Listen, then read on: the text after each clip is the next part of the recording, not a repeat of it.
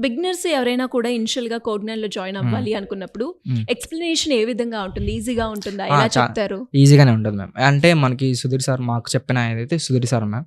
Sudheer sir అనే ఆయన చాలా బానే చెప్తారు మ్యామ్. అంటే స్క్రాచ్ నుంచి స్టార్ట్ చేస్తారు.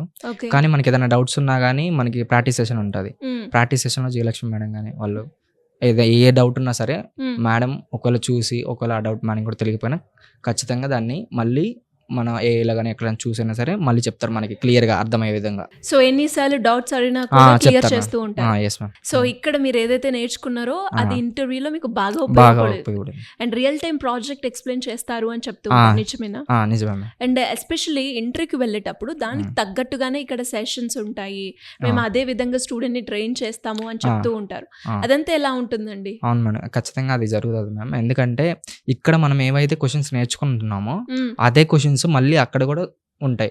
సో, హుహు. ఇప్పుడు ఇది మనకెలా ఉంటదంటే ఒక రిపీట్ లాగా ఉంటది. ఒక డెమో.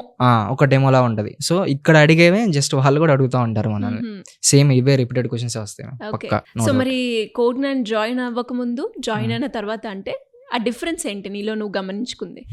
నాలో నేను గమనించుకున్న డిఫరెన్స్ ఏందంటే నా కోడ్‌ని నేను ఎలా ఇంప్లిమెంట్ చేస్తున్నానో, దాన్ని హ్మ్. ఎంత తక్కువగా ఆప్టిమైజ్ చేస్తున్నానో, హ్మ్. సో, దానివల్ల నాకొచ్చే బెనిఫిట్స్ ఏందంటే నేను డీఎస్ఏ నేర్చుకోగలిగాను. హ్మ్.